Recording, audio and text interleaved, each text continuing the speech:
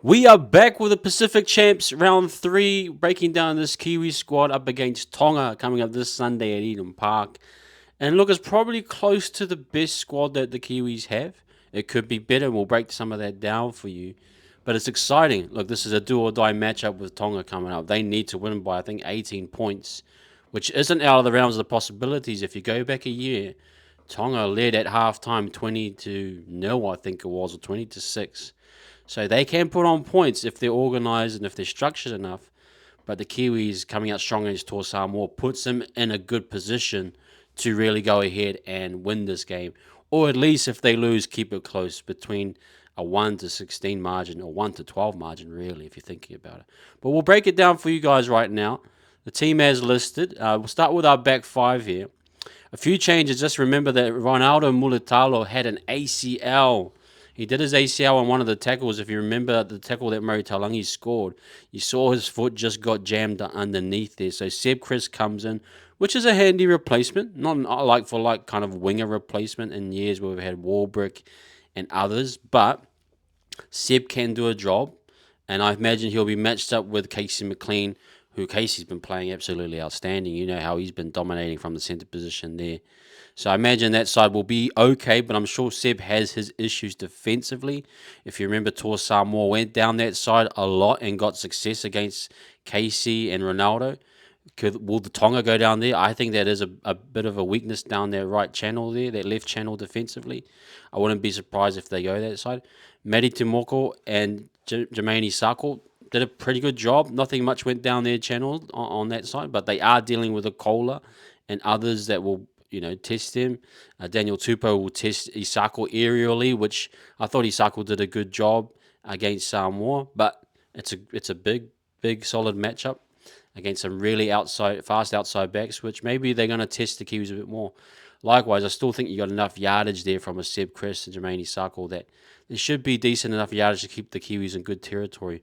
But defensively, maybe Tonga can exploit that as they are chasing points, seeking that 18-point win margin. Chance, look, he had a pretty decent game in round one. There were a few errors in his game, that's for sure. His defensive work, if you actually look at the tries that Murray Talangi probably should have scored, Chance was there twice to stop two of them. I think Chance stopped a try at the goal line as well. So he is a defensive strength, but there is an argument there that Kini is just so explosive and powerful. And if you're looking across the pond at the moment, what Reece Walsh is doing, smaller, nippier outside backs are really creating a lot of doubt and decision. They're creating a lot of fast tempo attacking structure. Kenny, for me, is that type of fullback. He can just generate so much speed, and then that gets everyone else on the ball quicker, and you can just sort of kind of get a really good attacking flow. So it's an argument that's always been there, even at the Warriors fans. We've been arguing. Some have been arguing for Tain Tuopiki or RTS over a Chance. Chance is just that solid type of Dylan Edwards type, isn't he? The yardage man. Look, he had a few errors in him, and that's probably part of his game where you're thinking, well, if you're giving me yardage, but you're giving me 2 or 3 errors, why are we holding on to you? That's the argument. Not saying I agree with it. I prefer Kini. I think we're moving into that phase, and as Kiwi fans, we need something a little bit more explosive from the fullback position. But it got the job done against Toa. Will it get the job done against Tonga? We'll have to wait and see.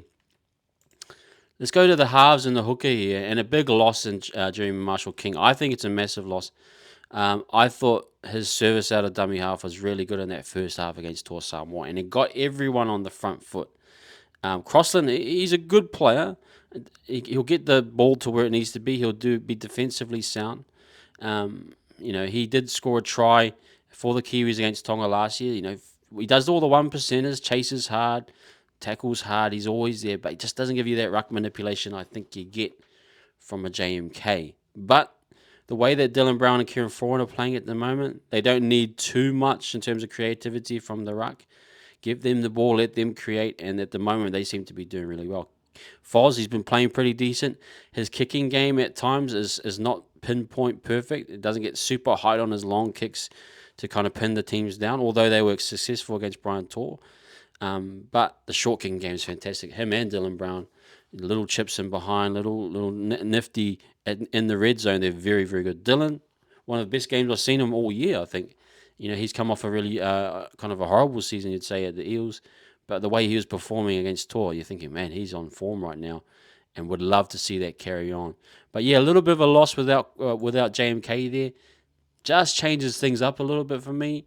Maybe you just don't get that little ruck work where you can work with, guys running onto the ball. Your forwards don't get that kind of extra, things in behind the ruck, little runs like that.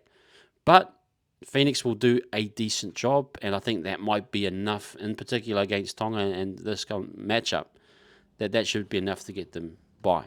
Not saying it's the best, but it should do the job. The 4-pack, still very solid. I thought this unit, this especially as a starting unit of Leota, Fisher Harris, they really took it to Payne Haas and really pushed the tempo. They were really, man, the line speed, I was really impressed with the line speed by all 5 of these guys. Really pushed the tempo to start the game off. They were locking everything up, keeping everything super tight. So it's really good to see. I expect the same effort from all of them. I thought Moses and Fish as a starting unit, you can see how important they are to each other and why they work so well. They just keep everything super tight, and they pin the opposition in their half. They tackle well. They slow that ruck down a bit. Their carries are decent. But then you got Tapine, who was rolling through the middle of Tor Samoa. Can he roll through the middle of Tonga? He most likely can, unless Tonga really tighten up.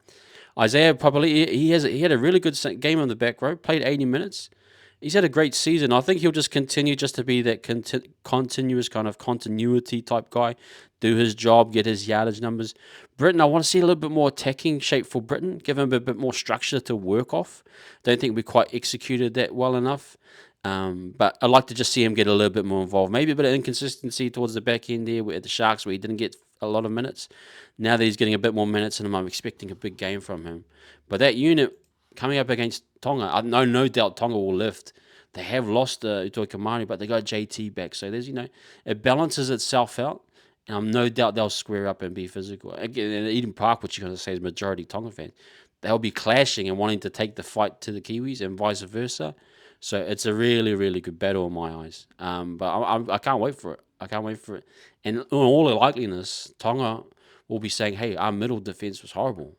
Across the board, from the A's, the B to C, everything was all over the place. Let's tighten everything up. Let's get it cinched up.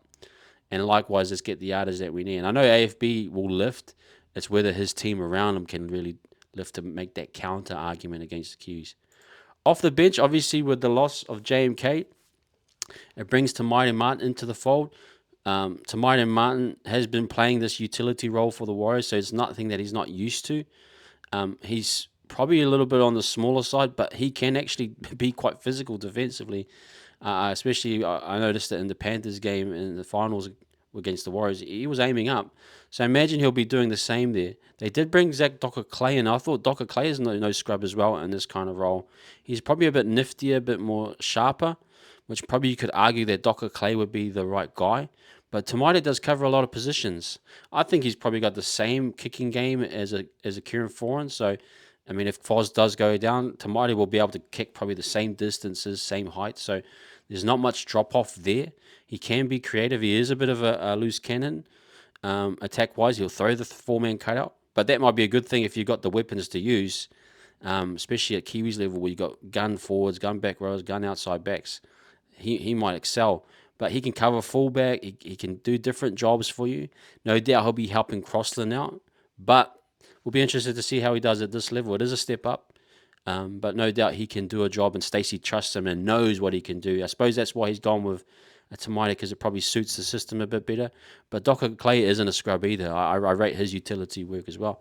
Now, Fahu White, he was absolutely immense. If you look at his work rate during the middle parts of the game against Tor, he's huge. He's a really good impact player, and I think he's very important to the success of maintaining the energy for this Kiwi size off the bench, especially the middle part of the game. The first 20 is always quite physical and up-tempo. Then the game kind of flattens out. You need those middle forwards to kind of dominate or maintain control in that middle part, and Fahu's a big part of it. Same with Aaron Clark.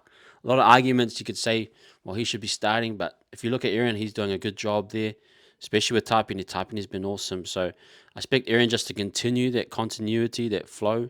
I thought he was quite good against Tor. I expect him to be quite sharp here against Tonga and do a job. Both him and Alfaro, they'll replace Leota, they'll replace Fish, they'll do a good middle stint. What you saw against Tor Samoa, they played the majority actually, and then Fish and Moses just came off their last 20 and just kept things off, so kept it super tight. But they'll hold a lot of the responsibility to keep that engine room going through that middle part, so it's a big ask.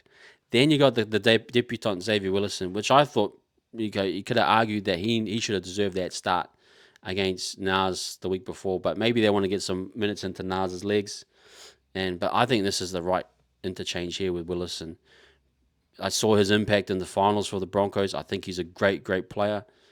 He's coming into his own now. He's really cementing himself as that impact guy. He can play on the edge a little bit if you need him. He can play through the middle.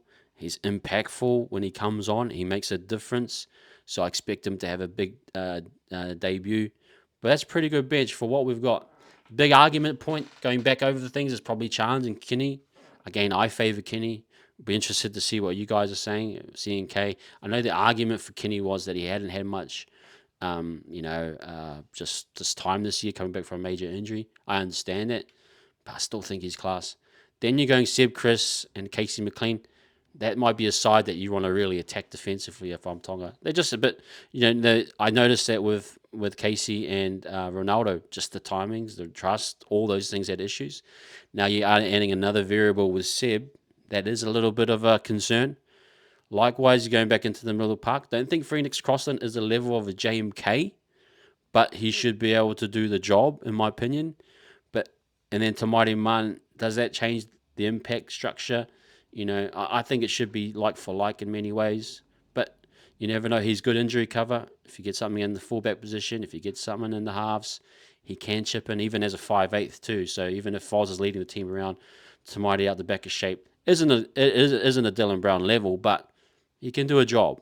You know what I mean? So pretty decent squad. I love that they've remained consistent majority. And that's maybe one of the arguments. Well, you started seeing why are you bringing Kini in and change variables? Well, there you go. Maybe you just stick with Chance the rest of the way. But it's a pretty decent squad. And I'm thinking, if I'm a Kiwis fan, from what Tonga have shown and not on paper and all that, this Kiwis should go and win this game. Based on what they've shown so far. Their attacking structure, I thought, for the majority against Tor was really, really good. Defensively, they had their moments where, Tor actually really destroyed them. They got a lot of good ball. So that's not to say that Tonga couldn't do that as well. Tonga just look a little bit at the moment, and we'll break down their squad later on, just a little bit inconsistent with the Yongi there in the halves, where I think defensively the Kiwis can get at them. But there is like a Kieran Thorne who's really on his last legs. He looked at Foz and Sean Johnson and mentioned to him, that he's really, really tired. And Foz can bite in on those lead lines that could create some space out the back for Tonga. So there's not to say that the Kiwis aren't vulnerable. They are. So this could be a really close game if Tonga really shape up. And they need to shape up. But for what the Kiwis have available to them, this is probably the best squad we've got right now. And I think just going into it before I do the match preview, which will be coming out later on, that this will be enough to get the job done. Again, Stacey's come off a good win. The first kind of win for him, a solid win against Tor Samoa. Does that build the confidence in him to really, motivate and push the guys? They've come up a week's rest. They should be sharp. Then again, a week off and a little bit of too much holiday, a bit too much kai, they can come in a bit flat too. It's very hard to predict right now. But if you're thinking on paper what we're seeing with the Kiwis and what we've seen in flesh and what Tonga's produced, you do have to go favour the Kiwis at the moment. But anyway, guys, let me know what you think. Was these the right calls? Do you agree with what Stacey selected here? Is this team that you think will get the job done? Or do you think Tonga will actually come back and really smash us? Let me know what you guys think in the comments. But for now, up the Kiwis, up the Pacific Champs. It's been awesome so far. Massive crowds. Looking for a big crowd this weekend again at Eden Park. And let's get pumped up for it, man. Catch you guys later.